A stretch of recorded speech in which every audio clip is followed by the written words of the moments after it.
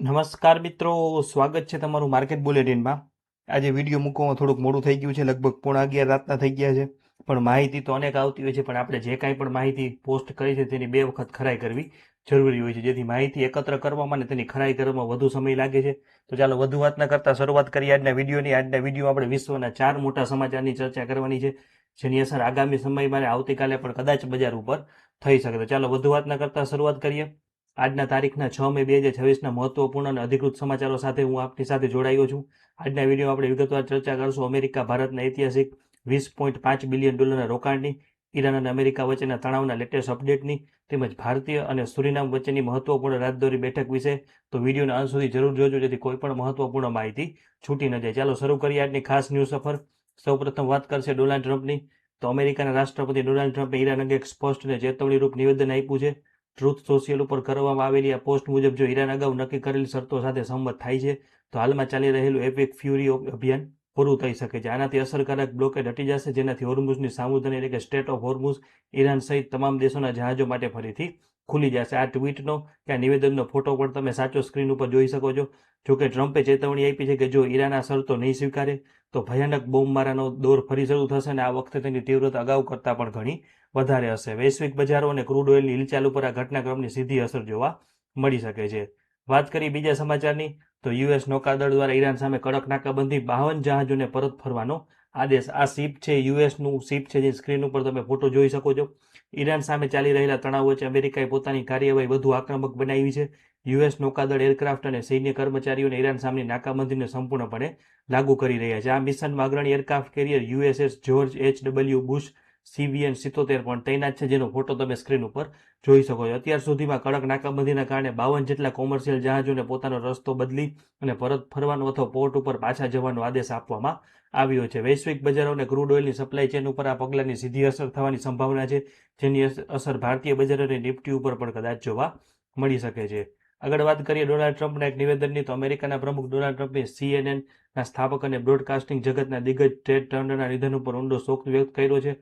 Truth social ઉપર share કરવામાં આવેલ સંદેશામાં ટ્રમ્પે તેમને બ્રોડકાસ્ટિંગ ઇતિહાસના એક મહાનુભાવ અને પોતાના અંગત મિત્ર ગણાવ્યા છે. ટ્રમ્પે જણાવ્યું હતું કે ટેડ ટર્નર CNNની સ્થાપના કરી હતી, પરંતુ ત્યાર પછીના સમયમાં તેના વલણમાં આવેલા ફેરફારોથી તેઓ દુઃખી હતા. જોકે તેમણે આશા વ્યક્ત કરી છે કે નવા ખરીદદારો મીડિયા નેટવર્કને તેની જૂની વિશ્વસનીયતા અને ગૌરવ આપવામાં સફળ રહેશે. તો આ વાત કરીએ આપણે અમેરિકાની અને વૈશ્વિકની. હવે વાત કરી લઈ ભારતની. તો ભારત અને અમેરિકા વચ્ચેના આર્થિક સંબંધોમાં એક સુવર્ણ અધ્યાયની શરૂઆત થઈ ગઈ છે.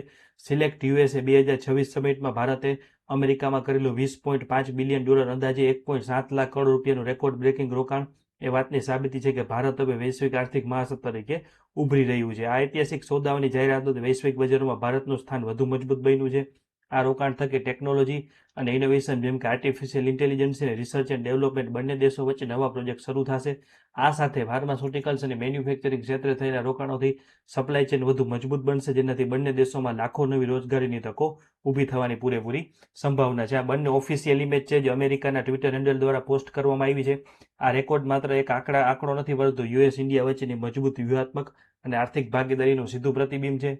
વૈશ્વિક સ્તરે ભારતીય કોર્પોરેટ જગતની નાણાકીય સદ્ધરતા જોઈને ભારતીય શેરબજાર જેવા કે નિફ્ટી 50 અને અન્ય મહત્વપૂર્ણ સેક્ટર ઉપર તેની ખૂબ જ હકારાત્મક અસર આગામી સમયમાં જોવા મળી શકે છે. આગળ વાત કરી લઈએ ભારત અને અલ્જીરિયા વચ્ચે સંરક્ષણ સહયોગ. લશ્કરી પ્રતિનિધિ મંડળની 505 આર્મી બેઝ વર્કશોપની મુલાકાત. ભારત અને અલ્જીરિયા વચ્ચે સંરક્ષણ ક્ષેત્રે વ્યૂહાત્મક સંબંધો વધુ મજબૂત બની રહ્યા છે.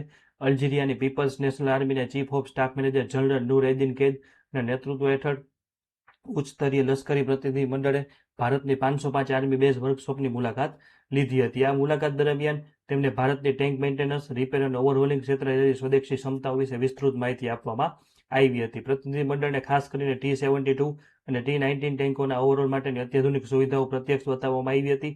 આમાં કોમ્પોનેન્ટ લેવલ રિપેરિંગ અને સ્વદેશી ઉકેલોનું સંકલન કેવી રીતે કરવામાં આવે છે તેની માહિતીનો સમાવેશ થાય છે. ભારતની આ સ્વદેશી સંરક્ષણ ક્ષમતા વૈશ્વિક સ્તરે બંને દેશો વચ્ચેના દ્વિપક્ષીય સંબંધો અને ટેકનોલોજીકલ આદાન પ્રદાનને નવી ઊંચાઈઓ આપશે, જેની સકારાત્મક અસર દેશના ડિફેન્સ સેક્ટર ઉપર જોવા મળી શકે છે. હવે વાત કરી લઈએ છેલ્લા સમાચારની. તો ભારતના વિદેશ મંત્રી ડોક્ટર S જયશંકરે સુરીનામની રાજધાની પારંબીરો ખાતે ભારત અને સુરીનામ વચ્ચે 9મી સંયુક્ત પંચની બેઠક યોજી હતી, એટલે કે જોઈન્ટ કમિશન મિટિંગ યોજી હતી. આ બેઠક દરમિયાન બંને દેશો વચ્ચેના સંબંધોની વ્યાપક સમીક્ષા કરવામાં આવી હતી, અને આ મુલાકાત દરમિયાન a tough world needs good friends, મુશ્કેલ વિશ્વમાં સારા મિત્રોની જરૂર છે નો સંદેશો આપવામાં આવ્યો હતો. બેઠકમાં વેપાર, ડિજિટલ અને રોકાણ, સંરક્ષણ અને ઉર્જા, વિકાસ સહાયતા, આરોગ્ય અને સાંસ્કૃતિક આદાન પ્રદાન જેવા મહત્વપૂર્ણ ક્ષેત્રો ઉપર ચર્ચા કરવામાં આવી હતી. અને આ બેઠકના પરિણામો બંને દેશો વચ્ચેના સંબંધોને વધુ ઊંડા અને વૈવિધ્યસભર બનાવે છે. આનું પ્રૂફ પણ તમે સ્ક્રીન ઉપર જોઈ શકો છો કે જે ડોક્ટર એસ જયશંકર દ્વારા ટ્વીટ દ્વારા જાણ કરવામાં આવી હતી. તો મિત્રો, આપનો આભાર કે આપણે વિડીયો અંત સુધી જોવા બદલ. જો આ માહિતી તમને ઉપયોગી અને સચોટ લાગી હોય તો આપણા વિડીયોને જરૂરથી લાઇક કરજો, તમારા મિત્રો સાથે શેર કરજો. અને આવી જ અધિકૃત અને સચોટ માહિતી માટે આપણી માર્કેટ બુલેટ ચેનલને સબસ્ક્રાઇબ કરવાનું ભૂલતા નહીં. હવે જલ્દીથી આપણે 15,000 સબસ્ક્રાઇબરનો આંકડો પાર કરી જાય.